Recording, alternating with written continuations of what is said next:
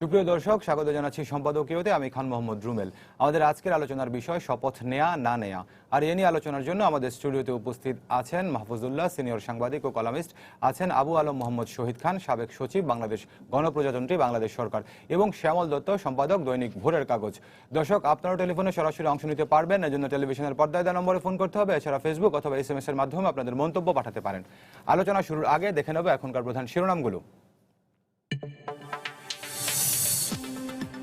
শেখ হাসিনাকে সরকার গঠনের আমন্ত্রণ রাষ্ট্রপতির, সোমবার নতুন মন্ত্রিসভার শপথ।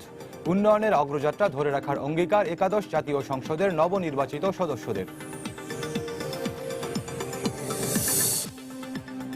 শপথ নিলেন জাতীয় পার্টির নির্বাচিত সংসদ সদস্যরা। আসতে পারেননি এরশাদ, সরকারে না বিরোধী দলে সে সিদ্ধান্ত মহাজোটের, জানালেন শীর্ষ নেতারা।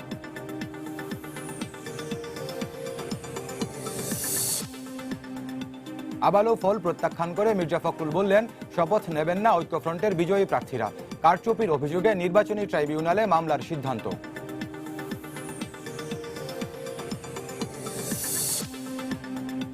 এবং নাকু দুর্নীতি মামলায় কারা আদালতে বেগম জিয়া, পরিবেশ নিয়ে অসন্তোষ জানিয়ে পরবর্তী হাজিরায় অস্বীকৃতি।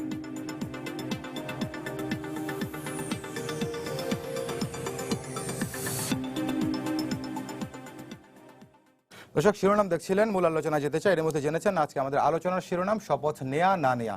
একাদশ জাতীয় সংসদের নির্বাচিত সংসদ সদস্যরা আজকে শপথ নিয়েছেন। আওয়ামী লীগ থেকে যারা নির্বাচিত হয়েছিলেন, জাতীয় পার্টি থেকে নির্বাচিত হয়েছেন, তারা শপথ নিয়েছেন।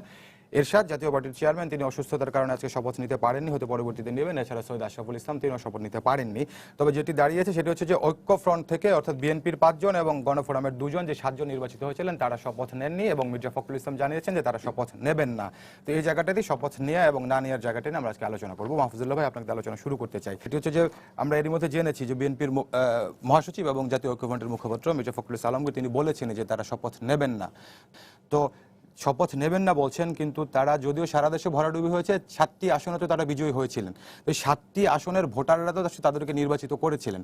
তারা যদি শপথ না নেন সংসদ সদস্য হিসেবে, তাহলে এই যে জনগণ যারা তাদেরকে ভোট দিয়েছেন, তাদের ভোটের প্রতিফলনটা আসলে কোথায় গিয়ে দাঁড়ায়? আলোচনাটা কেমন করে শুরু করব, এটা আজকাল একটু ভয়ে ভয়ে থাকি, কারণ একটা ডিজিটাল নিরাপত্তা আইনে খর্গ আছে। তো খুলনায় একজন সাংবাদিক, আমি মনে করি তিনি নিরীহ, যেই মানে না জামিন হয়েছে, যে নিরীহ, আমি তাকে মনে করি যে হ্যাঁ, তিনি কোনো অপরাধ করেননি, কিন্তু তাকে ডিজিটাল আইনে জেলে যেতে হয়েছে। আচ্ছা যাক, সেটা তো আছেই, থাকবেই আরও বহুদিন। এখানে যে প্রশ্নটা আপনি উত্থাপন করেছেন, শপথ নেওয়া না নেওয়া, এটা আমাদের একটা সাংবিধানিক বিধান আছে, যারা সব দেশে আছে, যারা সংসদ সদস্য নির্বাচিত হন। আজকে অবশ্য যারা শপথ নেননি, তার মধ্যে বিএনপি এবং গণফোরামের বাইরেও আরও 2 জন আছেন। একজন হচ্ছেন এরশাদ, আরেকজন হচ্ছেন আপনার সৈয়দ আশরাফুল ইসলাম। তো সম্ভবত, আমি জানি না, ঠিক শুনেছি, আমি ভুলও হতে পারে, যে কিছুটা শারীরিক সমস্যার কারণে তারা আসতে পারেননি।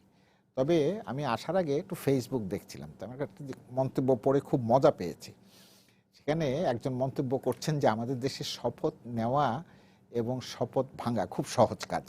কেন বলি, আপনারা যারা আমাদের দর্শকরা, টেলিভিশনের দর্শকরা, আজকে টেলিভিশনের বদলতে শপথে সংসদ সদস্যরা কি বলেন সেটা কিন্তু ওয়ার্ড বাই ওয়ার্ড শুনেছেন, এবং সেখানে যে কথাগুলো আছে এর কাছাকাছি কথা আছে মন্ত্রিসভার, যারা আপনার সোমবারে যখন শপথ নেবেন সেখানে। প্রত্যেকটি ক্ষেত্রেই কিন্তু আপনার সংবিধানের প্রতি অনুগত থাকা, রাষ্ট্রের প্রতি অনুগত থাকা, এবং মন্ত্রীদের তো আরও আছে বিরাগ অনুরাগের বশবর্তী না হওয়া, সংসদ সদস্যদের ক্ষেত্রে হচ্ছে আইন অনুযায়ী। তো এইটা নিয়ে অনেক অভিযোগ আছে, বিভিন্ন সময় হয়েছে যে শপথ নিয়েও সম্ভবত অনেকেই শপথ অনুযায়ী পরিচালিত হননি বা কাজ করেননি। কেন হয়নি সেই ব্যাখ্যা তো এখানে আমরা শেষ করতে পারি, দীর্ঘ একটা আলোচনার বিষয়। আর আপনি যে বিষয়টা উত্থাপন করেছেন যে এরা কি করবে, এখন সংবিধানে যে আইন আছে, যে ব্যবস্থা আছে, সেটা হচ্ছে 2 ভাবে কিন্তু সংসদ সদস্যদের কার্যক্রম নির্ধারিত হয়। একটা হচ্ছে সংবিধানে পরিষ্কারভাবে কতগুলো বিষয় বলা আছে যেগুলোর আপনি হেরফের করতে পারবেন না, ব্যত্যয় ঘটবে না। আরেকটা হচ্ছে রুলস অফ প্রসিজিওর বলে আরেকটা আলাদা বই আছে, যে রুলস অফ প্রসিজিওর অনুযায়ী সংসদ সদস্যের বিভিন্ন কার্যক্রম, আচার আচরণ এগুলো নির্ধারিত হয়।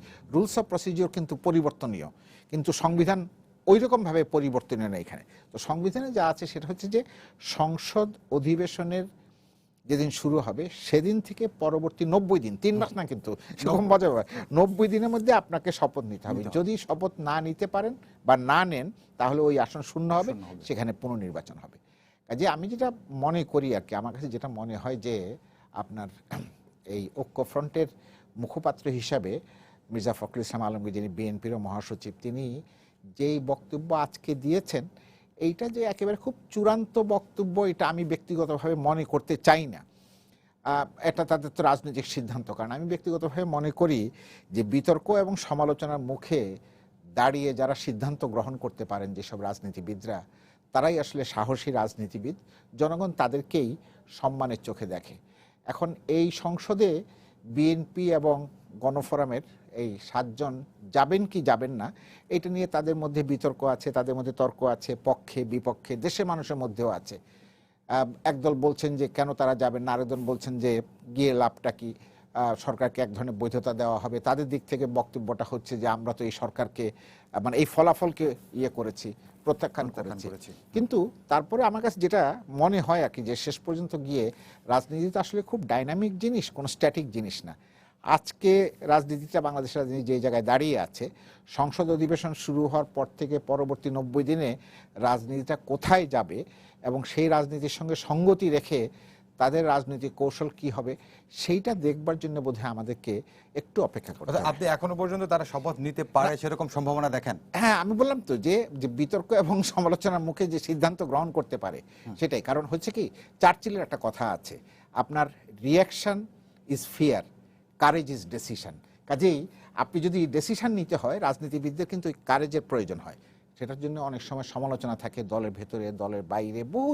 কিন্তু ওই যে সিদ্ধান্ত নেওয়াটা, ওইটা হচ্ছে সবচেয়ে বড় জিনিস। আর ডাইনামিক প্রসেস তো, সেই জন্য বলছে কি যে আগামী ওই যে 90 দিনের মধ্যে, 90 দিন তো না, আসলে শেষ পর্যন্ত গিয়ে 4 মাস দাঁড়াচ্ছে, কিন্তু যদ্দূর শুনেছি জানুয়ারি শেষে হবে, তো জানুয়ারি, ফেব্রুয়ারি, মার্চ, এপ্রিল, এটা দীর্ঘ সময় মানে মন্তব্য করবার জন্য আর কি। জি, ধন্যবাদ আপনাকে। শ্যামল দা, আপনার কাছে আসতে চাই, সেটি সে একই প্রশ্নে রাখতে চাই। সেটা হচ্ছে, মাহফুজুল ভাই বলছেন যিনি এখনো সম্ভাবনা দেখেন যে বিএনপি বা ঐক্যফ্রন্টে যারা নির্বাচিত হয়েছেন গণফ্রন্ট, তারা শপথ নেবেন। কিন্তু এই যে প্রাথমিকভাবে এই ঘোষণাটা, যেরকম নির্বাচন একটা উৎসব, শপথ নেওয়াটাও তো কিন্তু এক ধরনের উৎসবই। সেখানে যদিও সংসদ সদস্য থাকেন, কিন্তু সাধারণ মানুষজন, যাদেরকে আমরা ভোট দিয়ে নির্বাচিত করলাম, তারা শপথ নিচ্ছেন, টেলিভিশনে দেখেন, ইত্যাদি নানা বিষয় থাকে। তো এই যে তারা এখন এই ঘোষণাটা দিয়েছেন, আমি যদি সেই প্রশ্নটাই করি আপনাকে, যে 7টি আসন থেকে তারা নির্বাচিত হয়েছেন, সেই ভোটাররা তো তাদেরকে নির্বাচিত করেছেন, তাদের প্রতিনিধিত্ব করবেন বলেই।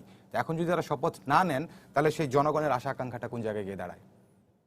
না, সেটা তাদের কাছে বিবেচ্য হওয়ার আগে তাদের কাছে যেটা বিবেচ্য হবে, রাজনীতিতে তাদের জন্য কোনটা লাভবান হবে, তারা বয়কট করলে ভালো হবে, বর্জন করলে ভালো হবে, না গেলে ভালো হবে।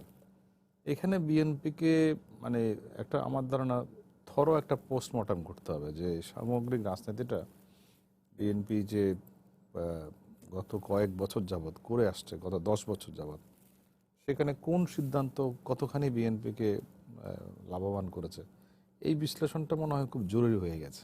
আদারওয়াইজ একটা থেকে একটা মিস্টেক থেকে আরেকটা মিস্টেক একদম ইয়ের মতো, মালার মতো গেঁথে গেঁথে যাচ্ছে সামনের দিকে। বিএনপি নিশ্চয়ই ভাববে যে তারা সংসদে গেলে কী লাভ হবে, আর না গেলে কী লাভ হবে। এখানে আমরা নানামুখী বিশ্লেষণ দেখতে পাচ্ছি, কেউ পক্ষে, কেউ বিপক্ষে, ইত্যাদি নিয়ে নানা আছে। একটা জিনিস আপনাকে বলি যে যত দিন যাবে, অন্তত আমার অভিজ্ঞতা বলে, ততদিনে ইয়েটা মানে ক্ষোভ বিক্ষোভ ভিতরের অ্যাকশনগুলো আস্তে আস্তে মিয়ে যায়। এরকম আওয়ামী লীগও সিদ্ধান্ত নিয়েছিল আগে 2001-এর নির্বাচনের পরে তারা শপথ নেবে না, এবং হ্যাঁ সেরকম ছিল, এবং সেরকম এরকম অবস্থা ছিল না, আরো বেটার অবস্থা থাকার পরেও এরকম সিদ্ধান্ত আসছিল, কিন্তু শেষ পর্যন্ত নিয়েছে। কারণ এটা একটা আমি মনে করি যে এটা একটা সিদ্ধান্ত, যে আপনার গুরুত্বপূর্ণ সিদ্ধান্ত, তারা কি করবে না করবে। এখানে আমার মনে হয় যে আপনি যেটা বলছেন জনগণের প্রতি, আজকে মির্জা ফখরুলের বক্তব্যটা আমি খেয়াল করছিলাম যে তারা তো নির্বাচনটাকেই মনে করছে একটা মকারি অফ ডেমোক্রেসি, সে কারণে তারা এখনো পর্যন্ত সেই অবস্থানটায় আছে। কিন্তু এই অবস্থানটার মধ্যে যেটা কিছুটা ইঙ্গিত দিলেন মাহফুজুল্লাহ ভাই, যে এই অবস্থানটাই যে একমাত্র চূড়ান্ত, এটা বলা খুব মুশকিল। কারণ আমার ধারণা এখানে তো 5 জন বিএনপি আর 2 জন গণফোরামের 2 জনের সাথে 2 জনের ব্যাপারটা বোধহয় একটু ভিন্ন হবে। কারণ আমি কালকে সিলেট 2 থেকে মোকাব্বির খান, যিনি গণফোরামের প্রতিনিধি হিসেবে নির্বাচিত হয়েছেন। উদীয়মান সূর্য মার্কা নিয়ে নির্বাচিত হয়েছেন, তিনি বলছিলেন একটা টেলিভিশন চ্যানেলে যে আমি আগে আমার এলাকার জনগণের সাথে কথা বলবো এবং সুলতান এলাকার মনসুরও একই জনগণের কথা বলেছেন। এলাকার জনগণের বক্তব্যটি আমি আমার দলীয় ফোরামে তুলে ধরবো। এবং তিনি পরিষ্কার করে, তাকে বারবার জিজ্ঞেস করা হলো যে তাহলে কি আপনি কি অংশ নিচ্ছেন কি নিচ্ছেন না, তিনি এটা বলতে চাইলেন না। বা তাকে এটাও জিজ্ঞেস করা হলো যে আপনার এলাকার জনগণ কি বলেছে, সংসদে যোগ দিতে বলেছে না সংসদ বয়কট করতে বলেছে, তো সেটিও পরিষ্কার করলেন না। বলছে না, এটা আমার আগে দলীয় ফোরামে বলার পরে মিডিয়াতে বলবো। তার মানে হচ্ছে কি যে যারা নির্বাচিত হয়েছেন তাদের এক ধরনের দায়বদ্ধতা ফিল করে তারা, যে আমাকে এই জনগণ নির্বাচিত করেছে, আমি কেন এটার ইয়েতে যাব। আর দ্বিতীয়ত, এটা করে লাভটা কি হবে। আমি অন্তত গত 3 দিনে যদি বিএনপির রিয়াকশন দেখেন, বিএনপি এবং ঐক্যফ্রন্ট মিলেই যদি বলি, তাহলে দেখবেন এক ধরনের হতাশা যেমন আছে এবং এর মধ্যে কিন্তু ইতিবাচক দিকও আছে। ইতিবাচক দিক এই কারণেই বলছি, যেমন আজকে আমি একটু আগে আপনার এখানেই ছবিটা দেখছিলাম যে নির্বাচন কমিশনারের কাছে গিয়ে তারা বেশ হাসি মুখে তারা তাদের প্রতিবাদ পত্রটি দিয়ে এসছে। হ্যাঁ। এবং তারা এমন কোনো কর্মসূচি দেন নাই ইলেকশনের পরপর যে ধরনের মানে অ্যাংরি ইয়ে হওয়া, স্ট্যান্ড হওয়া অনেকের মধ্যে আশঙ্কা ছিল, সেটি হয়নি।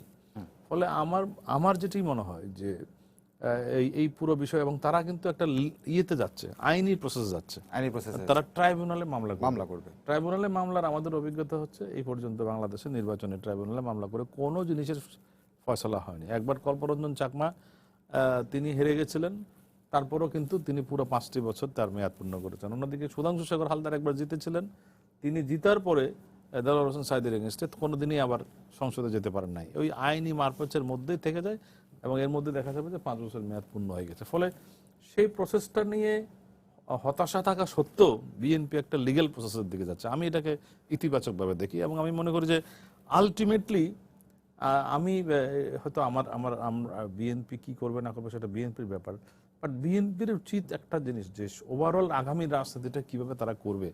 কারণ একটা জিনিস কি, তারা মাঠে কার্যত কোনো সেরকম প্রতিরোধ করতে পারছে না বা প্রতিরোধ করার মতো সেই শক্তিটিও তারা দেখাতে চাচ্ছে না, বা দেখাতে গিয়েও হয়তো প্রচুর বাধার মুখোমুখি হচ্ছে। অন্যদিকে আলাদা যে রাজনীতিটা, যেটা চেষ্টা করলো এবার গণফোরামের নেতৃত্বে বা আমাদের ঐক্যফ্রন্ট গঠন করার পরে, সেটাও কিন্তু খুব একটা কার্যকর ফলাফল দিল না।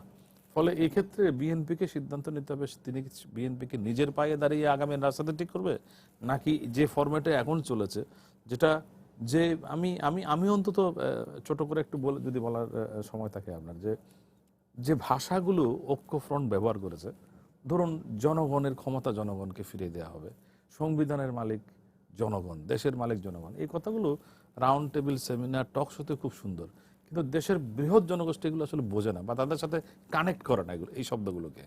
এগুলো সুশীল সমাজের মধ্যে খুব জনপ্রিয় শব্দ, কিন্তু মাস পিপলের মধ্যে মানে ঐক্যফ্রন্ট কি আসলে জনগণের কাছে বা অবস্থান পরিষ্কার করতে পারেনি, এরকম পারে নাই, অনেকগুলো প্রশ্ন পারে নাই। যেমন ধরুন প্রথমে যখন আপনারা জিজ্ঞেস করেছেন যে আপনাদের নেতাকে, বলতে পারে নাই।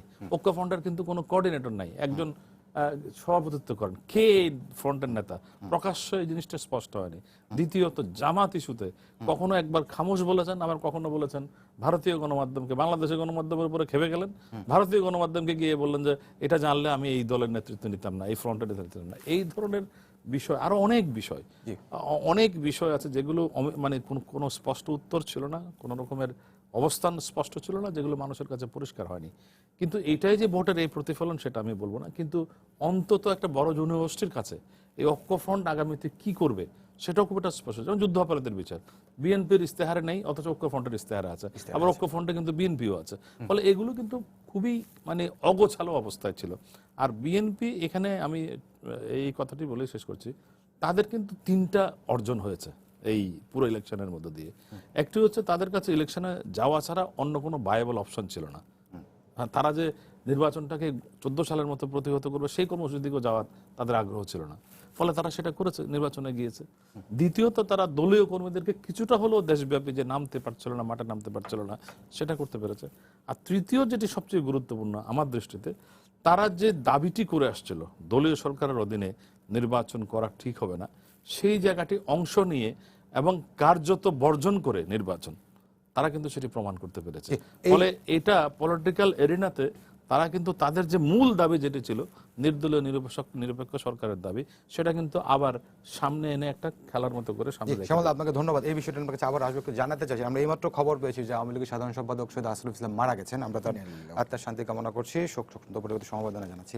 আবুল শহীদ খান, আপনার কাছে আসতে চাই, সেটি হচ্ছে দুজনের কথা তো শুনলাম, আমরা যদি ধারণা করে নিচ্ছি, মানে শ্যামল দা, মাহফুজুল্লাহ ভাই দুজনেই ধারণা করছেন হয়তো এই ঐক্যফ্রন্টের 7 জন শপথ নিতেও পারেন, একেবারে নেবেন না সেই সম্ভাবনা তারা দেখেন না। আবার নির্বাচনী ট্রাইব্যুনালে যাওয়ার কথাও তারা বলছে, নির্বাচনী ট্রাইব্যুনালে যাবেন।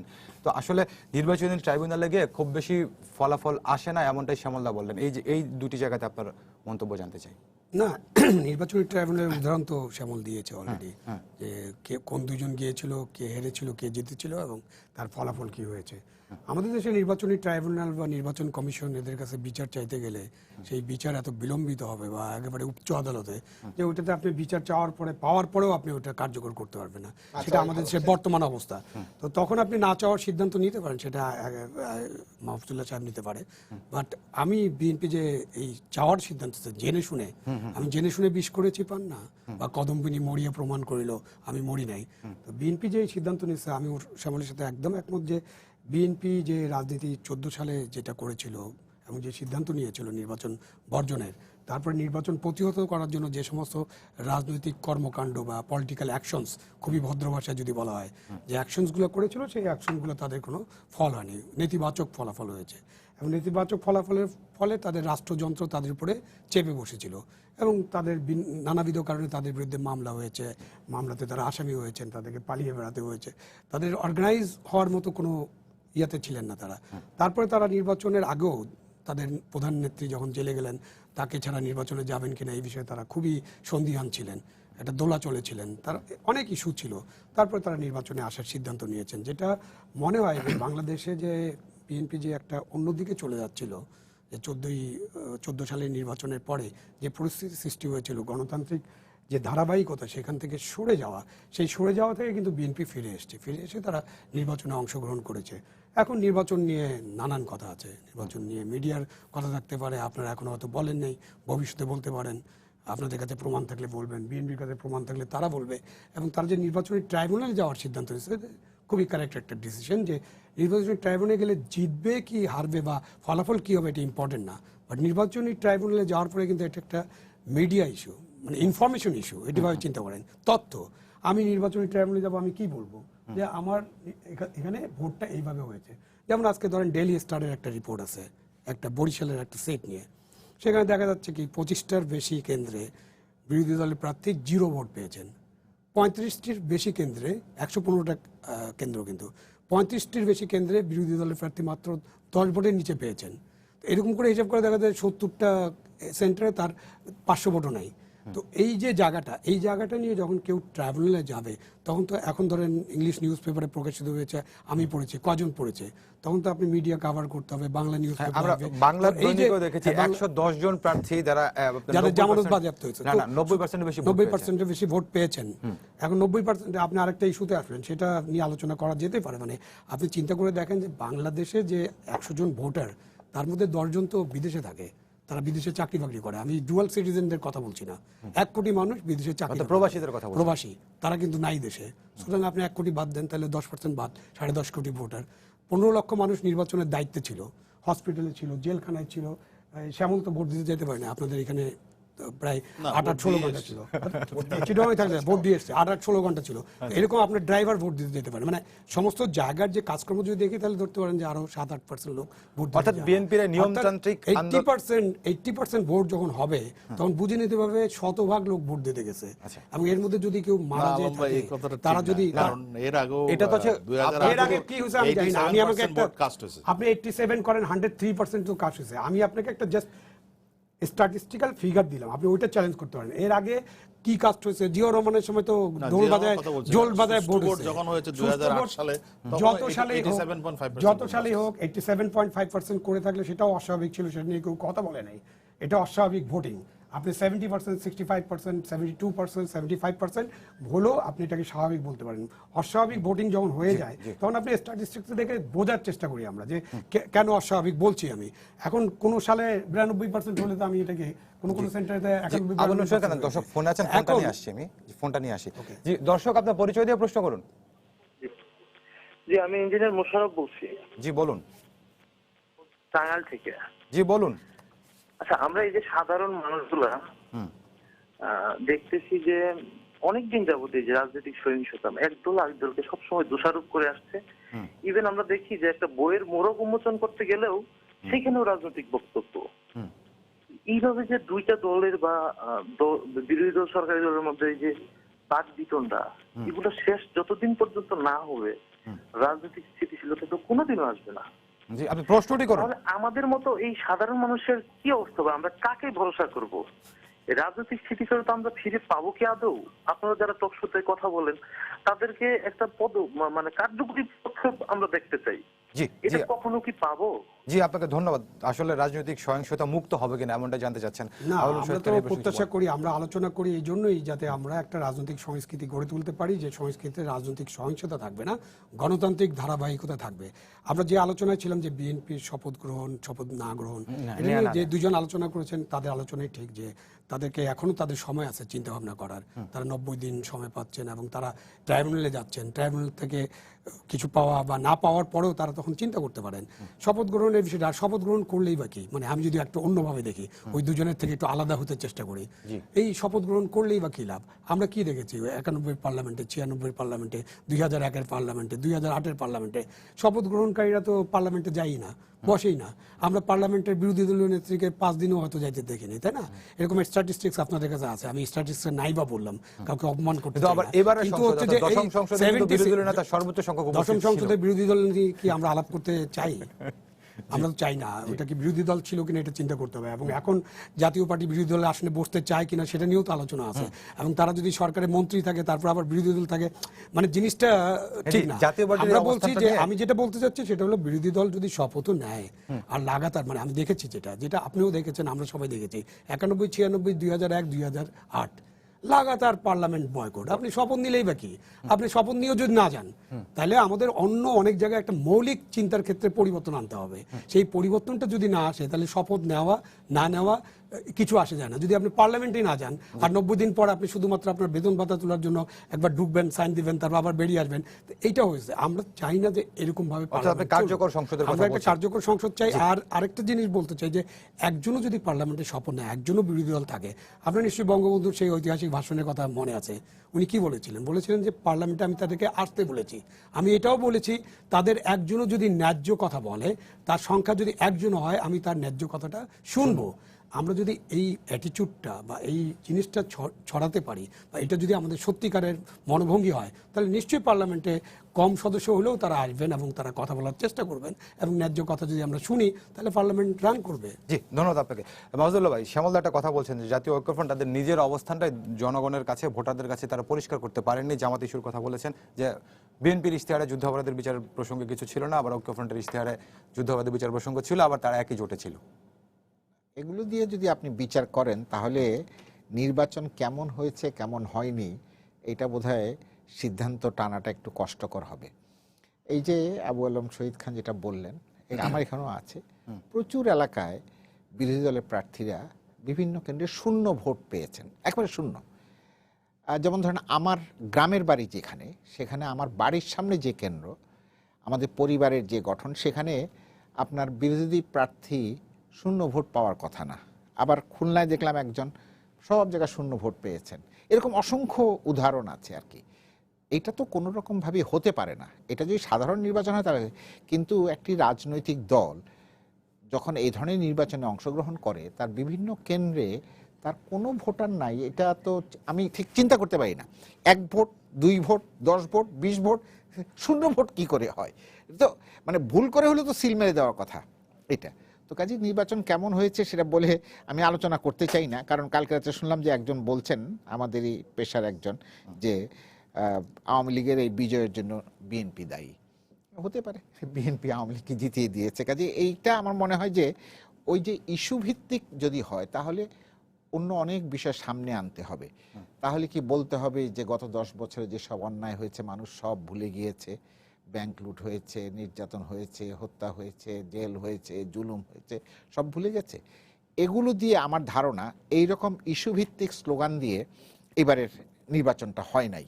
যে সেটা হচ্ছে আমার কাছে খুব গুরুত্বপূর্ণ আর কি। আমি মনে করি না, আমি শ্যামলের একটা ব্যাখ্যা আমি আরও শুনেছি শ্যামলের কাছে আগেও, কিন্তু আমি মনে করি না যে ওর ভিত্তিতে, কারণ আরবান সেটিং যেটা আমাদের এখানে, আরবান সেটিংয়ের মনোভাব আর রুরাল এরিয়াতে যেটা মানে নন আরবান, রুরাল বলবেন নন আরবান সেটিংয়ের যে মনোভাব, আমার কাছে মনে হয়েছে যে এটা ভিন্ন, আমি যেটুকু দেখেছি আর কি। ওই যে এক ভদ্রলোক ফোন করলেন না, যে ইঞ্জিনিয়ার মোশাররফ, যে রাজনৈতিক স্থিতিশীলতা কি ফিরে পাবো, তো তিনি যে প্রশ্নটা করেছেন ওইটাও তো একটা রাজনৈতিক প্রশ্ন, যে রাজনৈতিক স্থিতিশীলতা ওটা রাজনৈতিক প্রশ্ন না, ওটা নিঃসন্দেহে রাজনৈতিক প্রশ্ন আর কি।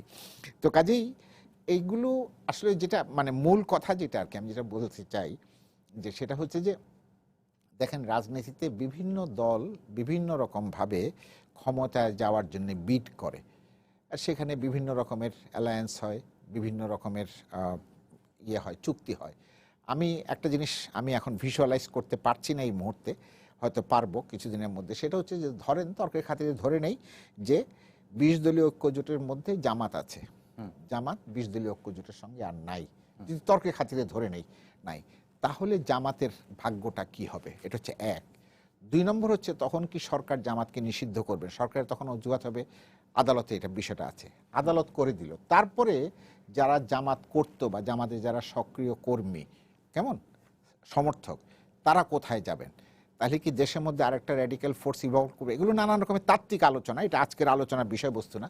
আমি আবার ফিরে যাই ওই যে অংশগ্রহণ করা না করার, সেখানে আমার কাছে যেটা মনে হয়, দেখেন দুই দিকে খুব প্রবল যুক্তি আছে, খুব শক্তিশালী যুক্তি আছে। ওই যে একটা হচ্ছে যে আমরা তো এই নির্বাচনকে প্রত্যাখ্যান করেছি, আর দ্বিতীয় হচ্ছে যদি সরকারের দিক থেকে, যেটা আবু আলম শহীদ খান বলল, যে একজনও যদি ন্যায্য কথা বলে, সরকারের দিক থেকে কি সেই প্রতিশ্রুতি সরকার প্রকাশ্যে দেবেন যে হ্যাঁ আপনারা 7 জন আপনারা আসেন, সংসদের নিয়ম অনুযায়ী পার্সেন্টেজ অনুযায়ী ওই সময় না পেলেও আপনাদের যে সব কথা বলার সুযোগ, সেই সব কথা বলার সুযোগ আমরা দেব, কেমন গণতন্ত্রের স্বার্থেই দেব, আমরা মাইক বন্ধ করব না, আপনি সেই সুযোগটা পাবেন, এই নিশ্চয়তা যদি দেয় তাহলে একরকমে দাঁড়াবে। 3 নম্বর হচ্ছে আমি যেটা মনে করি যে বিএনপির যদি সংসদে যায় ওই আপনার জাতীয় ঐক্যফ্রন্ট, তাতে রাস্তায় প্রতিবাদ জানানোর যে সুযোগ, সেই সুযোগ কিন্তু তাদের বন্ধ হবে না, বরং ওই 7 জন আপনি যেসব কথা যেসব মন্তব্য সংসদের ইয়েতে দাঁড়িয়ে ফ্লোরে দাঁড়িয়ে বলতে পারবেন, সেসব অনেক কথা কিন্তু তারা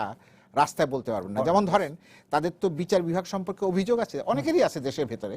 এখন বিচার বিভাগ সম্পর্কে যদি কোনো মন্তব্য করতে আমি বা শ্যামল বা আবু আলম শহীদ খান আমরা যদি করি, আমাদেরকে পরের দিন মানে ইয়ে হয়ে যাব আমাদের, হ্যাঁ মানে ইয়ে আদালত হবে, আদালত অবমাননা হবে। কিন্তু ওনারা দাঁড়িয়ে কিন্তু ইচ্ছা করলে বলতে পারবেন, এবং যতক্ষণ ওনারা বলতে চান যেসব প্রশ্ন নিয়ে, বা ধরেন এই যে নির্বাচনের অনিয়ম নিয়ে যেসব কথা বলে হয়তো আমাদের সমস্যা, কিন্তু নির্বাচনের অনিয়ম সম্পর্কে, নির্বাচনের এই সমস্ত ফিগার সম্পর্কে, সমস্ত জিনিস নিয়ে তারা খুব প্রবলভাবে বলতে পারবেন।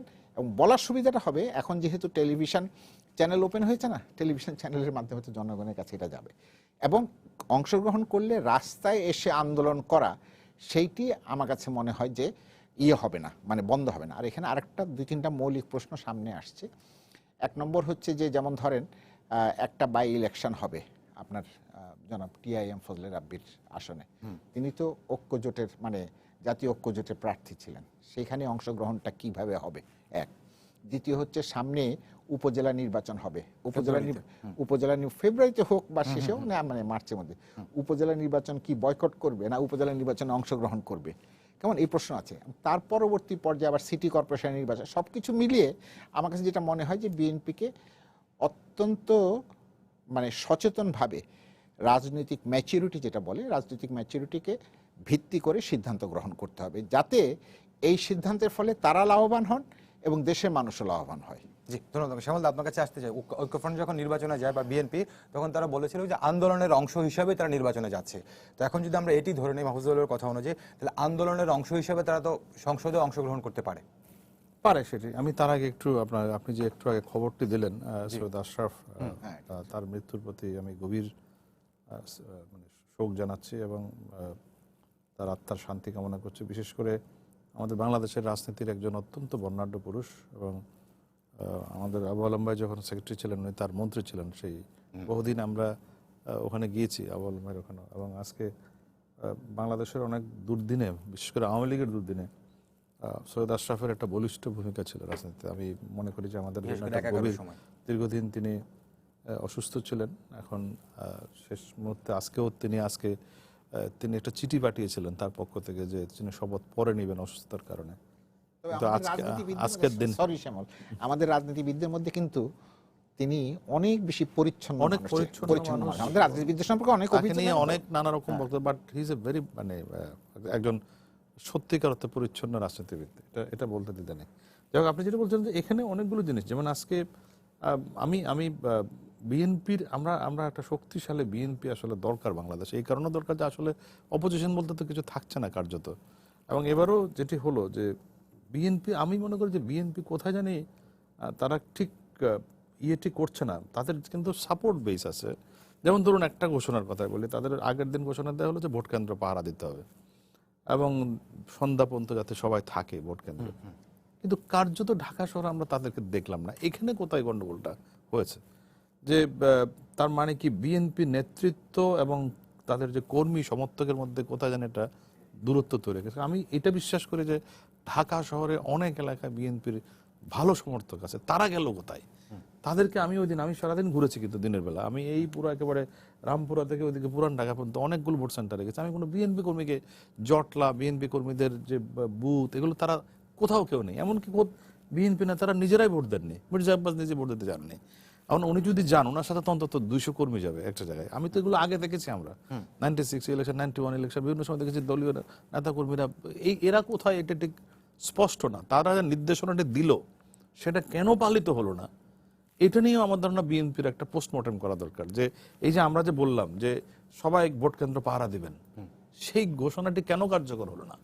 তাহলে এই যে একচ্ছত্র যে আওয়ামী লীগের যে এটা হয়েছে ভোট কেন্দ্রে, সেটা থাকতো না। এটা ছাড়ো, যেটা আপনি বললেন যে মওদুদ যেটা বললেন, আমরা তো নির্বাচন করার কথা না, কেন আমরা নির্বাচনে আছি, এই সমস্ত জিনিসগুলো না, মানে বোঝাই যাচ্ছে দলের মধ্যে একটা সমন্বয়হীনতা। একদিকে দেখেন নির্বাচনের দুপুর 12টার মধ্যেই 100-রও বেশি প্রার্থী তারা উইথড্র করে গেছে, আর জামাত ইসলামী নিজে তারা 20 দলের কোনো অপেক্ষা না করে তারা নিজেরাই ঘোষণা দিয়ে প্রেস রিলিজ দিয়ে তারা বয়কট করেছে। আবার অন্যদিকে ঠাকুরগাঁতে তখন আপনার বলছেন, মির্জা ফখরুল বলছেন যে এটা আমাদের দলীয় সিদ্ধান্ত না, আমাদের বিকল্প পথে থাকবো আমরা। এখানে আমার মনে হচ্ছে যে বিএনপি দল হিসাবে, বিএনপি একটা বড় দল, এতবার তারা ক্ষমতায় ছিল, দে আর মোর অর্গানাইজ একটি পার্টি হওয়া উচিত, কিন্তু সেই জিনিসটা আমরা দেখতে পাচ্ছি না বিএনপির মধ্যে। নিজেদের মধ্যে সমন্বয়হীনতা, নির্বাচনে আসা না আসা নিয়ে দোলাচল, এক ধরনের এই জিনিসগুলো আমার ধারণা মানুষকে বিভ্রান্ত করেছে। এবং বিএনপির যে সমর্থক নেই, সাপোর্টার নেই, তা কিন্তু না। দলীয় কর্মীরা, হ্যাঁ, তারা অনেক মামলা মোকদ্দমায় বিপর্যস্ত, কিন্তু সাপোর্টাররা গেল কই? যারা বিএনপির ভোটার, তাদেরকে কি বিএনপির কেন্দ্রীয় নেতারা উৎসাহিত করতে পারছে না, এমনটা মনে করেন? পারে না। এবং তারা অনেকেই, আমি দেখেছি অনেকেই বলেছে একটা কারণ হয়েছে যে সরকারের চাপের কারণে হয়তো অনেকেই বলেছে বিএনপিকে গিয়ে ভোট দিয়ে কেউ ভোট কেন্দ্রে গিয়ে লাভ নেই, এরকমও হয়েছে। আমি আমার বিল্ডিং এর অনেকে বলতে শুনেছি যারা একসময় বিএনপি করতো, যে ভাই ভোট দিয়ে কি হবে, ভোট দিতে যায়নি তারা। এরকম আমি যারা বিএনপি করে এরকম কিছু লোকের সাথে তো আমাদের পরিচয় আছে, এরকম যায়নি। খোদ প্রার্থী যদি নিজেই ভোট না দেয়, আপনার গয়েশ্বর রায় ভোট দেয়নি, মির্জা আব্বাস ভোট দেয়নি, আফরোজা আব্বাস ভোট দেয়নি, নিজেরাই ভোট দিতে যায়নি। অথচ আফরোজা আব্বাস তার এলাকায় কিন্তু ঢাকা নয় প্রায় 60,000 ভোট পেয়েছেন, 60,000 ভোট পেয়েছেন উনি। এই আলোচনাটা যদি আমি একটু আপনাকে জিজ্ঞেস করি, সেটা হচ্ছে যে গত সংসদে বিএনপি ছিল না, এই সংসদে যদি বিএনপি না থাকে, সেটা বিএনপির জন্য বা কেমন, বা বাংলাদেশের গণতন্ত্রের জন্য বা কেমন? ভালো না তো, আমি তো মনে করি না এটা খুব ভালো সিগন্যাল। অলরেডি বললেন যে it's not a good sign. শক্তিশালী বিএনপি না, দরকার বাংলাদেশে। আমরা আসলে একটা শক্তিশালী অপোজিশন, আমি কথা হচ্ছে শক্তিশালী অপোজিশন না থাকলে হয় কি, দলগুলো দুর্বল হলে না, তখন এটা আলটিমেটলি, দল তো একটা ইনস্টিটিউশন, ইনস্টিটিউশন যদি দুর্বল হয় তাহলে তো গণতন্ত্র তো এগোবে না। আমরা তো বিএনপি কে ভাবে দেখতে চাই না, এবং আওয়ামী লীগকেও এত শক্তিশালী দেখতে চাই না। Awami League is too much powerful আর BNP is too much weak. এটা কিন্তু ইমব্যালেন্স তৈরি করে পলিটিক্যাল। আপনি নিশ্চয়ই এই প্রসঙ্গে কিছু বলতে চাচ্ছিলেন, বলবেন। আর সঙ্গে আমি একটা যোগ করতে চাই, সেটা হচ্ছে জাতীয় পার্টির প্রসঙ্গে। এর আগে আপনি কিছু বলতে চাচ্ছিলেন। জাতীয় পার্টি দেখছি আমরা গত সংসদে তারা সরকারে ছিল, বিরোধী দলও ছিল।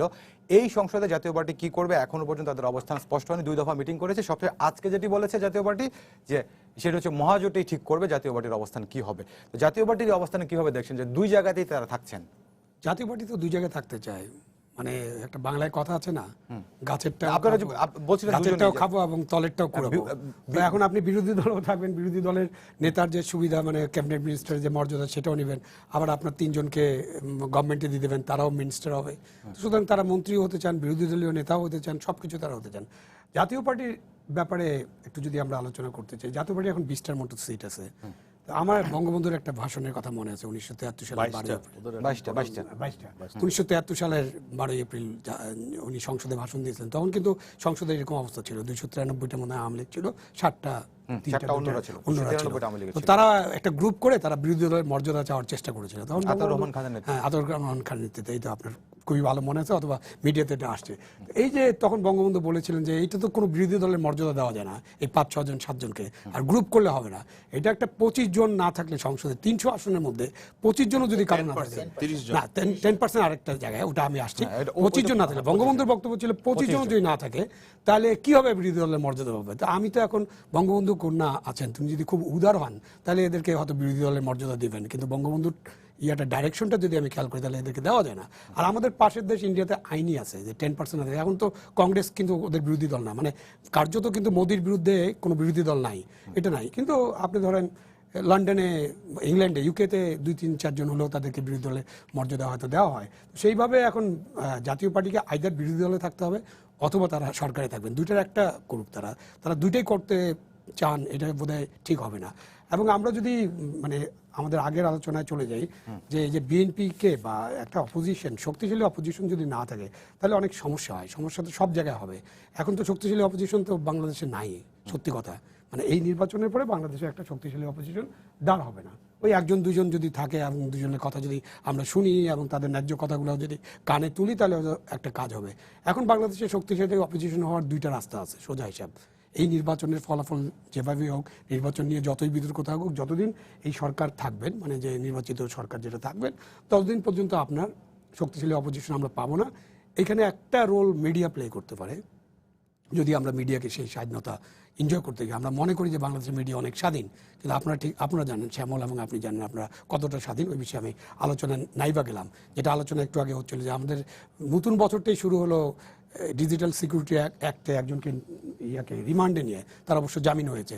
মানে নতুন বছর তো আমরা এইভাবে শুরু নাও করতে পারতাম। নতুন বছরের শুরুতেই 3 জন কিন্তু আজকে মানে কি বলি আমরা, বিচার বহির্ভূত হত্যাকাণ্ডের শিকার হয়েছেন। সেটা যে কারণেই হোক, তিনি ড্রাগ ডিলার হতে পারেন, তিনি অন্য কোনো হতে পারেন। ব্যক্তিগতভাবে আমি বিচার বহির্ভূত হত্যাকাণ্ডের ব্যাপারে আমার ব্যক্তিগত আছে, অভিযোগ আছে, আমি এটা ঠিক মনে করি না। এখন হয়তো কেন ঠিক মনে করি না, কারণ হচ্ছে এই বিচার বহির্ভূত হত্যাকাণ্ড চলতে থাকলে একসময় আমিও এর শিকার হয়ে যেতে পারি, আপনিও এর শিকার হয়ে যেতে পারেন, আপনার ফ্যামিলির কেউ এর শিকার হয়ে যেতে পারেন। সেই জন্য আমাদেরকে আইনের শাসন, যেটা মানে এই সরকারি ইশতেহারে বলা হয়েছে আইনের শাসন কায়েম করা হবে, তো আমরা চাইবো যে একটা আইনের শাসন কায়েম হোক। সেখানে মিডিয়াকে ওই ফ্রিডম দিলে সেটা একটা আইনের শাসন কায়েম হবে। কেন মিডিয়া তখন বলতে পারবে, আপনি যদি ভালো মতো বলতে পারেন তাইলে হয়তো সরকারের কানে, বিরোধী দল না থাকলেও সরকারের কানে অনেক কিছুই যাবে যেটা দিয়ে সরকার তার ত্রুটি মুক্ত করতে পারে। আরেকটা হতে পারে, আমাদের 70 অনুচ্ছেদ নিয়ে অনেক আলোচনা হয়, তর্ক বিতর্ক আছে। আমরা 70 অনুচ্ছেদ, যে শক্তিশালী 70 অনুচ্ছেদ, এটা থাকা দরকার। কারণ হলো 50-এর দশকে আমরা দেখেছি যে কেনা বেচা করে গভর্নমেন্টকে ফল করে দেওয়া হয়েছে। কিন্তু এখন এইরকম অবস্থা, যখন একটা পার্টি 290টা বা 92টা আসনে থাকে, মহাজোট যখন 292-93 আসনে থাকবে, তখন আপনি 70 অনুচ্ছেদে রিল্যাক্স করতে পারেন।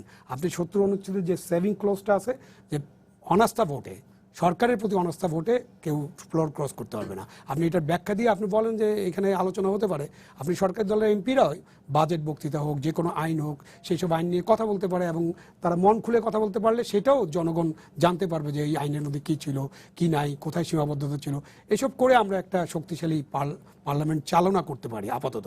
আর নাহলে তো আমাদের অপেক্ষা করতে হবে 2024 সাল পর্যন্ত। জি, ধন্যবাদ আপনাকে। মাহজুল ভাই, একেবারে শেষের দিকে আছি, তো আপনাকে জানতে চাই সেটা হচ্ছে এই যে একক সংখ্যাগরিষ্ঠতা পাওয়ার পরে একেবারে যে ভূমিধস বিজয় যেটাকে বলে, তো এরপরে আওয়ামী লীগের সামনে আসলে চ্যালেঞ্জগুলো কি দেখেন আপনি? এটাকে ছোট্ট একটু সংক্ষেপে বলে নিই যে সমল যেটা বললো যে সবল আর দুর্বল অপোজিশন। সবল দুর্বলের কি আছে, যদি সুষ্ঠু নির্বাচন হয়ে থাকে, সুন্দর নির্বাচন হয়ে থাকে, দেশের মানুষ চেয়েছে একটা দলের শাসন, একটা দল নির্বাচিত হয়েছে, কাজে এখানে তো আর দেশ, যদি নির্বাচনটা মানে সুষ্ঠু এবং সুন্দর নির্বাচন হয়ে থাকে যেটা দাবি করা হচ্ছে।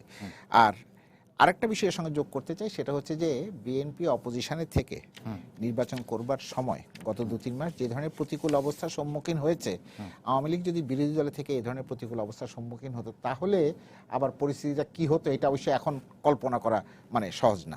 এবার আপনার প্রশ্নে আসি, আপনি যে প্রশ্ন করলেন যে আওয়ামী লীগের সামনে এখন কি চ্যালেঞ্জ দেখেন আপনি? আমি তো চ্যালেঞ্জ, অসংখ্য চ্যালেঞ্জ দেখি, কিন্তু সেগুলিকে আমি মোটা দাগে একটা জায়গায় এনে আলোচনা করতে চাই বা বলতে চাই। আমি মনে করি যে সুশাসনটা হচ্ছে সবচেয়ে বড় চ্যালেঞ্জ। এখন এই সুশাসনের মধ্যে গণতান্ত্রিক অধিকার আছে, জীবনের অধিকার আছে, মত প্রকাশের স্বাধীনতা আছে, আপনার দুর্নীতি বিরোধী অভিযান আছে, বহু রকম জিনিস। তারপর ওই যে আপনার বিনা বিচারে হত্যাকাণ্ড বন্ধ হওয়া, এগুলো আছে। কারণ মাদক আমি বন্ধ করব, জিরো টলারেন্স, এইটি যেমন গ্রহণযোগ্য, আবার মাদকের অপরাধে আপনি একজনকে কোনো বিচার ছাড়া আপনি তাকে শেষ করে দেবেন, এইটাও গ্রহণযোগ্য হতে পারে না। এইটা একেবারে এক ধরনের বর্বর ব্যবস্থা বলে আমার কাছে মনে হয়। আমি ওর সঙ্গে একমত যে হ্যাঁ, একদিন তো আমিও এটা শিকার হয়ে যেতে পারি। তখন আপনারা খবর ছাপবেন যে 1 ইঞ্চি যে জনাব মাহফুজুল্লাহ এরকম আপনার ইয়ে হয়েছে, মাদক সহ ধরা পড়ে, তারপরে তাকে না ধরা পড়িয়াবার পরে তাকে নিয়ে যাওয়া হচ্ছিল, তখন উনি তার লোকেরা হামলা হচ্ছে করেছে। যে এই রিস্কটা কিন্তু খুব সাংঘাতিক। আর আরেকটা হচ্ছে যে ওই যে যেহেতু প্রায় একদলীয় শাসনের পর্যায়ে চলে গেছি এখন আমরা, মানে এ কারণে, সেই কারণে আপনি যদি সত্যি সত্যি গণতন্ত্রে বিশ্বাস করেন, তাহলে আমরা ছাত্র জীবনে যে স্লোগানে বিশ্বাস করতাম, সেই স্লোগানটাকে কার্যকর করতে হবে। সেটা হচ্ছে শত ফুল ফুটতে দাও। এখন ধরেন যারা বিরোধী দল, ওই 7 জন যদি সংসদে থাকে, তারা যদি রাস্তায় বেরিয়ে একটা প্রসেশন করে, আপনি যদি তাকে প্রসেশনটা করতে না দেন, একটা বিক্ষোভ প্রদর্শনের সুযোগ না দেন, একটা মানববন্ধনের সুযোগ না দেন, এই যে ধরেন মানববন্ধন করেছিল গতকালকে অল্প কজন মানুষ, তাদেরকে আপনি পুলিশ দিয়ে পিটিয়েছেন, কোনো প্রয়োজন তো ছিল না। তো কেন পেটাবেন আপনারা? আমার কথা হচ্ছে সেই জায়গায়। তারপরে ধরেন যে নির্বাচন কেন্দ্রিক যে সহিংসতা হয়েছে, হ্যাঁ, ওই যে কাগজ প্রেস ক্লাবের সামনে কালকে, আজকে খবরে আছে এটা পত্রিকায়, সম্মিলিত বামদের বামদের, ও আমাদেরকে পিটানো হয়েছে। হ্যাঁ, আমি সেটাকে এত বলতেছি। নিরীহ তারা, না, এত নিরীহ এবং এত ক্ষুদ্র। তারপর যেমন ধরেন নির্বাচনী সহিংসতায় যে নোয়াখালীতে যে ভদ্র মহিলা ধর্ষিত হয়েছেন, এগুলো যদি অব্যাহত থাকে, তাহলে কিন্তু গণতন্ত্রের পথে আমাদের যে অভিযাত্রা, সেটা সফল হবে না। ক্রিমিনালগুলো কিন্তু গ্রেপ্তার হয়েছে। শ্যামলদা, হয়েছে, কিন্তু পরে ট্রায়াল হতে এবার আমরা দেখেছি বেশ কয়েকজন তরুণ প্রার্থী নির্বাচিত হয়েছেন। আমরা বারবারই বলছিলাম আলোচনায় যে কার্যকর সংসদ আমরা দেখতে চাই, সুশাসন দেখতে চাই। তো এই তরুণ প্রার্থীদেরকে ঘিরে আপনি কোনো প্রত্যাশার জায়গা দেখেন কিনা? না, যে পরিমাণ তরুণ আশা করেছিলাম সেরকম হয়নি। কারণ আমাদের তরুণের সংখ্যা তো দেশে 2.5 কোটি বা 40 ভাগ। তাহলে 40 ভাগ প্রতিনিধিত্ব তো নাই। না না, 30 বছরের নিচে কেউ তো পায়নি। নাই। আমি সেটাই বলছি, মনোনয়ন। এই আন্ডার 30। হ্যাঁ, সুতরাং সেটা হওয়া উচিত ছিল। আমাদের তারুণ্য প্রাধান্য পাওয়া উচিত, নারীদের প্রাধান্য পাওয়া উচিত। আমাদের আগামীতে আমি জানি না এটা কি হবে, এটা আমার সাথে বেশি ভালো বলতে হবে আলম ভাই। ওনারা আইন টাইন করেছেন যে 30% নারী নেতৃত্ব হতে হবে। কই সেটির প্রতিনিধিত্ব নাই। তবে হ্যাঁ, তরুণদের কাছে প্রত্যাশা একটু বেশি, কারণ তারা অনেক ইনোভেটিভ এবং নতুন প্রযুক্তির নতুন ইয়ের সঙ্গে তারা অনেক ইনভলভ। এবং নিউ জেনারেশন কি চাই, আমি গত পরশুদিন একটা আলোচনায় শুনছিলাম বিশ্ববিদ্যালয়ের 2 জন ছাত্রের, তারা একবারে কোনো রাজনীতি কোনো বিতর্কিক, তারা বলছিল ফরগেট অ্যাবাউট ইলেকশন, আমার ইলেকশন নিয়ে মাথা ব্যথা নেই, যা হওয়ার হয়ে গেছে, লেট আস স্পিক অ্যাবাউট আমার জন্য চাকরির ব্যবস্থা কি হবে, আমার দেশের অর্থনীতির কি হবে, আমি জব পাবো কিনা।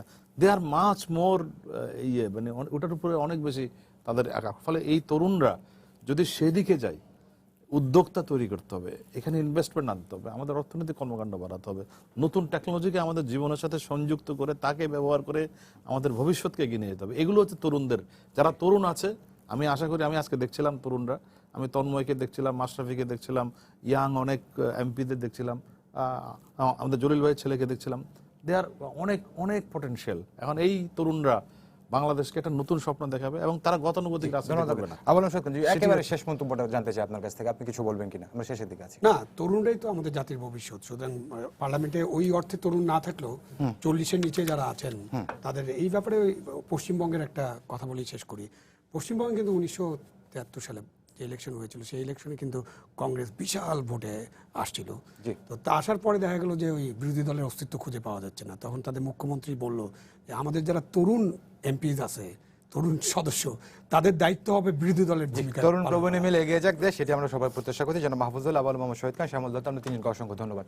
সবাইকে ধন্যবাদ জানিয়ে শেষ করছি আজকের সম্পাদকীয়। আগামীকাল আবারও দেখা হবে রাত 10টায়। দেখার আমন্ত্রণ রইল। শুভরাত্রি।